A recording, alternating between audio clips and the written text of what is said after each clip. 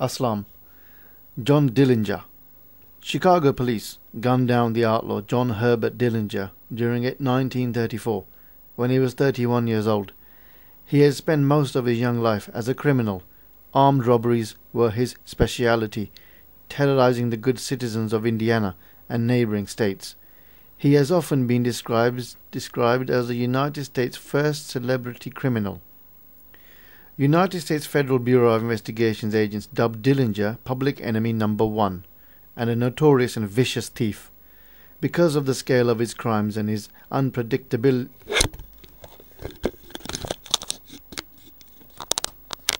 lost the microphone then. Unpredictably violent nature. Clearly, he was a force to be reckoned with. He epitomized the 1930s American gangster era,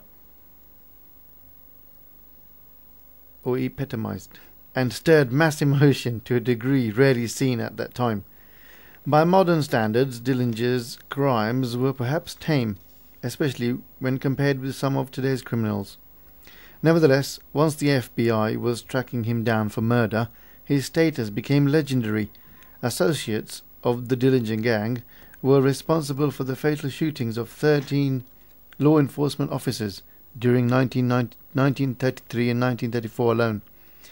His life started out normally enough. Born John Herbert Dillinger, Jr. in Indianapolis, Indiana, on 22nd June 1903, there was nothing to distinguish him from any other minor crook in his early criminal years. On 4th December 1923, after serving just 5 months in the United States Navy, Dillinger went absent without leave. During 1924, he married a child bride, 16-year-old Beryl Hovios. That same year, on 16 September, Dillinger and a new accomplice, Ed Singleton, robbed a Mooresville, Indiana grocer named Frank Morgan. Dillinger hit Morgan with an iron bolt wrapped in cloth. It was a particularly stupid crime to have attempted, given that Mooresville was only a small town of which Dillinger was a resident.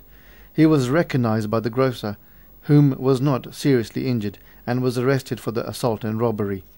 10 days later, he was incarcerated at the Indiana State Reformatory in Michigan City to serve out a 10 to 20-year sentence. Singleton was sentenced to 2 to 14 years. Dillinger was later transferred to the Indiana State Prison, a facility built near Michigan City, Indiana, to house prisoners of war, the Civil War. In 1929, Dillinger's wife divorced him, not wishing to remain married to a convicted felon. While in prison, Dillinger picked up tips from fellow inmates whom were seasoned bank robbers. As it turned out, prison turned out to be an excellent training ground for Dillinger, honing his smarts and toughening him up for a career as a professional lawbreaker. During May 1933, he was released on a parole because his stepmother was dying, but by the time he made it home, she had already passed away. Less than a month after his release, he tried out his acquired robbery tips by holding up First Bank, a stick-up job in New Carlisle, Ohio, in which he walked away with a booty of $10,600. Within 4 months, he was back in jail again, this time in Lima, Ohio. He was sprung by some fellow prison gang members. They escaped, killing their jailer, Sheriff Jesse Saba, in the process. At the end of the year, most of the gang, including Dillinger, were captured in Tucson, Arizona. This time, Dillinger was incarcerated in the Lake County Jail in Crown Point, Indiana. It was in that jail that the now famous photograph of him with his arm on the prosecutor's shoulder was taken.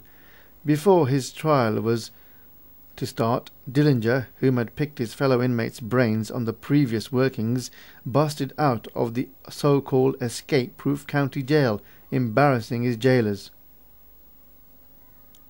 Newspapers reported that Dillinger had made a fake gun, fashioned out of wood and blackened with shoe polish, and fooled deputies into believing he was armed.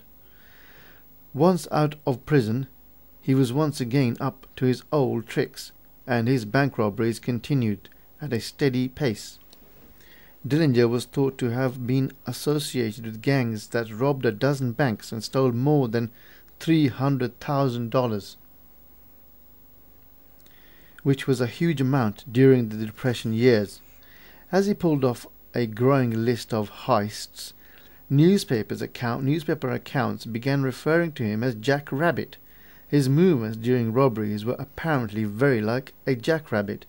As he leaped over bank counters, narrowly escaping police officers, he hooked up with other robbers with a group became known as the Dillinger Gang.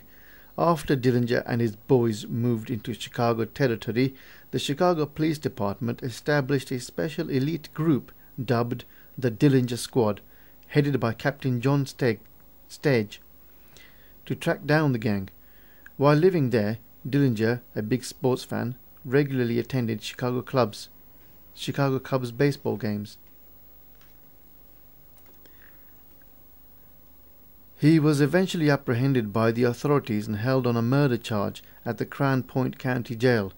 He escaped, but it was to be the Jackrabbit's last leap. A girlfriend of his betrayed him, tipping police off as to his whereabouts. Unaware that federal agents were lying in wait for him, the gang leader was shot 3 times, twice in the chest and once in the neck, as he left a cinema during 22nd July 1934. Dillinger died instantly.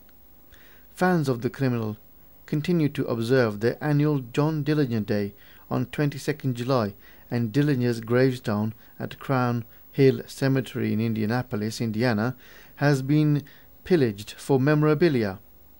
Or pillaged, I don't know that word. Pillaged, for memorabilia.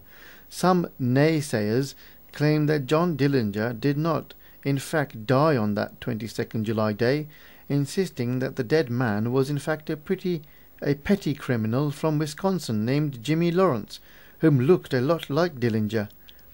The allegations caused a controversy, which heated up even more when an autopsy revealed that the body had brown eyes, but, according to police documents, Dillinger's eyes were actually grey. Furthermore, the body showed signs of childhood disease and rheumatic heart condition that Dillinger never had.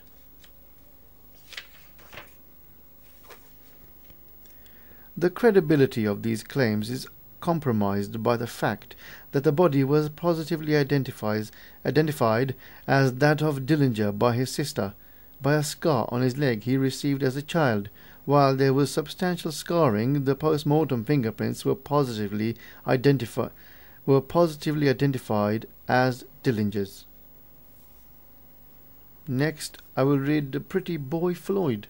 Thank you very much for listening and have a nice day.